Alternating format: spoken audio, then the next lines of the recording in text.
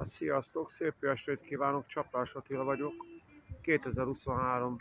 augusztus 26-a van. Egy gyönyörű szombat este, nyárvégi, kellemes, hűvös idő van.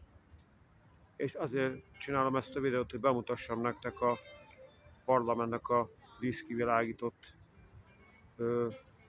részét, ami nagyon gyönyörű. Gyertek, nézzük körül. Közben elmondanám, hogy a parlament Budapest egyik legjelentősebb épülete. Tulajdonképpen itt hozzák meg a törvényeket, itt székel a parlament, az országháznak a ülése itt ülésezik tulajdonképpen. Most azért nem látjátok az arcomat, mert a kamerát most nem tudom megfordítani, hogy az arcomat is lássátok, úgyhogy ezért elnézést kérek. Közben megmutatom tényleg, hogy milyen szép ennek a díszkivilágítása, nagyon gyönyörű, de azért most lejjebb megyek a Dunapart felé, és megmutatom, hogy a többi jelentősebb épület, a Vár, a Mátyás templom, a Margit híd és a Lánchíd milyen gyönyörűen vannak kivilágítva. Gyertek!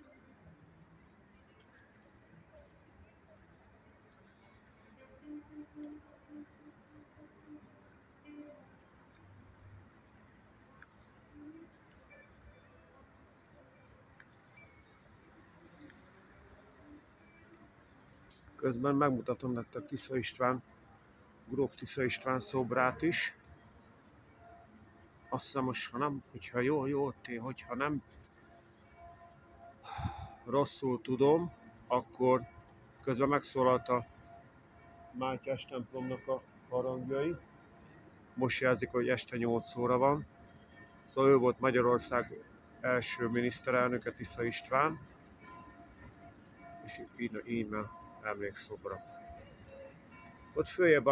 Ott följebb a Margit hídnak a díszkivilágítását láthatjátok, ott a fák mögött, de most már lejjebb megyek, hogy megmutassam, hogy mégis, hogy milyen szép.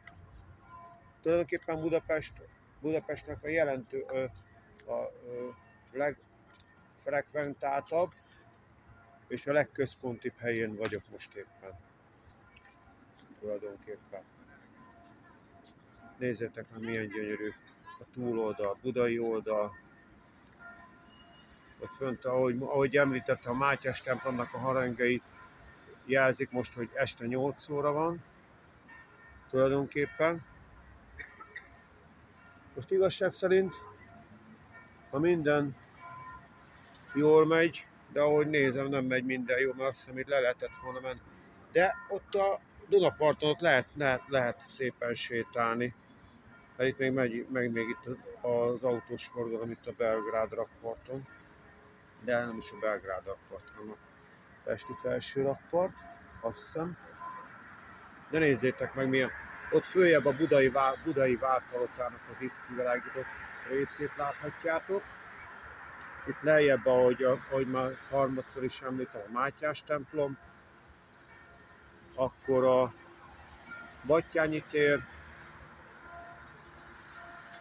és a Margit híd,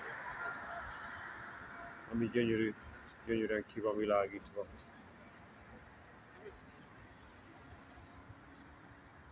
Gyertek, menjünk fel a rakpartra.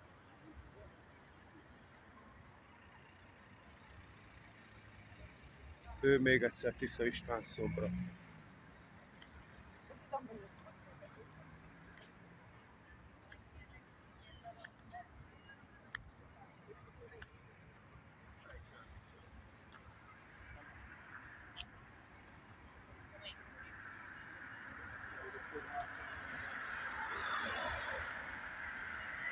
Tulajdonképpen a turisták szempontjából is egy jelentősebb világváros Budapest, mert itt rengeteg külföldi fordul meg, németektől kezdve, amerikaiakon át egészen Angliáig.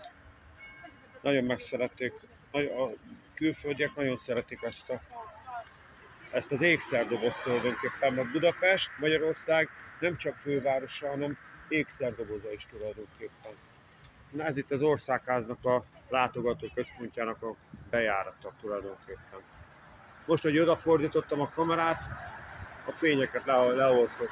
De most visszakapcsolták a világítást.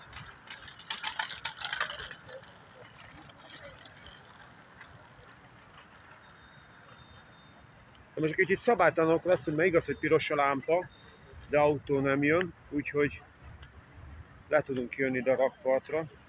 Nézzétek meg, ott egy utasszállító hajó, ami éppen úszik a Dunán. Mögötte egy kis városnézőhajó tele emberekkel. És itt van a parlamentnek a kupolája is tulajdonképpen.